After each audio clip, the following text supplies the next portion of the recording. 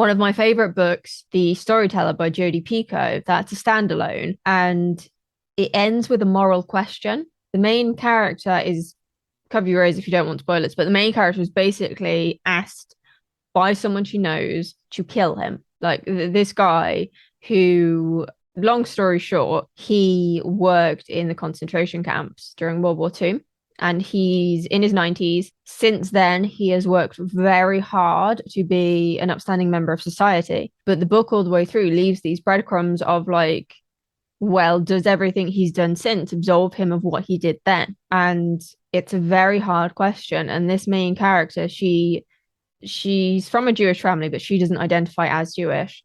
And she is asked to kill the character, and it ends basically in that scene. You never know if she does it or not, because it puts the question to the reader. It's about what would you do? It's not about what the main character would do. And I think that that is something that not many writers could pull off, but that Jodi Picoult's readers do expect, because she does raise a lot of moral questions. She does do a lot of research. She is also from a Jewish family, but doesn't identify as Jewish. And yeah, I think it's just a very powerful ending that has always stuck with me. And I'm notoriously bad at remembering other people's stories. That's what we were saying earlier, right? If you nail that ending, if you nail that climax, it makes the book more memorable. People are going to think on it years, maybe after they're finished reading it, right?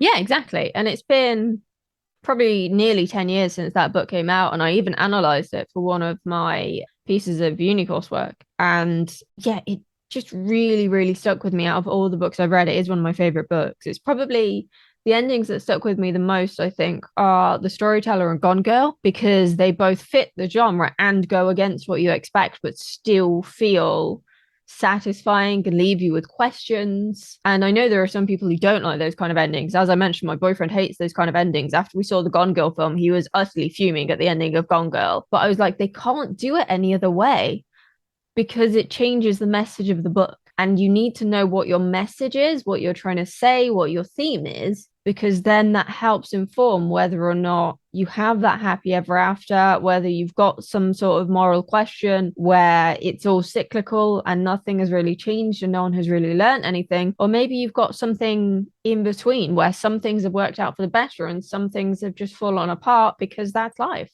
That is life. It sounds like Jodi Picoult did it really well. There are things I've watched and read that don't do it well, and that's another thing I wanted to mention here, is you can leave it open-ended. If you do it well, you can leave that question on the reader's mind, but don't leave it too open-ended. There was this series I watched recently where it was kind of not exactly a whodunit exactly, but there was something bad going on. They didn't know who did it. There were lots of suspects, basically. I kind of feel like the way it was marketed, it was a whodunit, though. That I think is inherently the problem. And like, Yeah.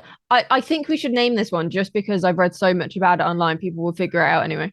I do. Okay. The Netflix did a series called The Watcher, which is based on a true story. And if you're a fan of true crime, you're already aware of what the story is and the fact it doesn't have a conclusion. And I don't know if you're aware of this, Ellie, but the family this happened to actually told the people creating the show that they could change the ending to make it more satisfying for the audience, and they Well, didn't. yeah.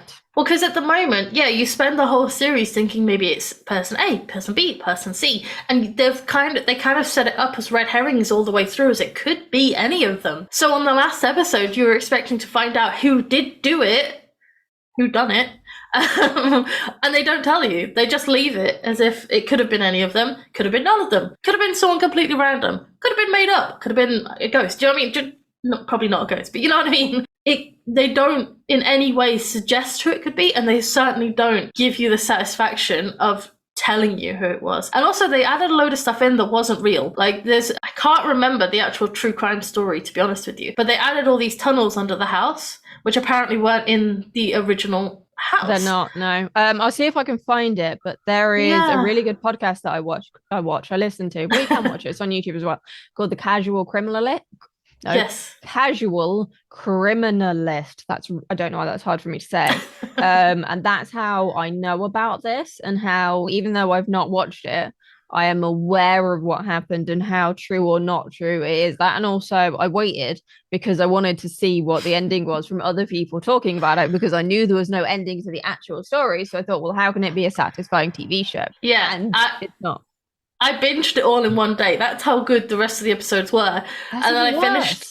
I finished it, and I messaged you. I like, I need you to watch it. I finished it, and I'm mad about the ending. Yeah,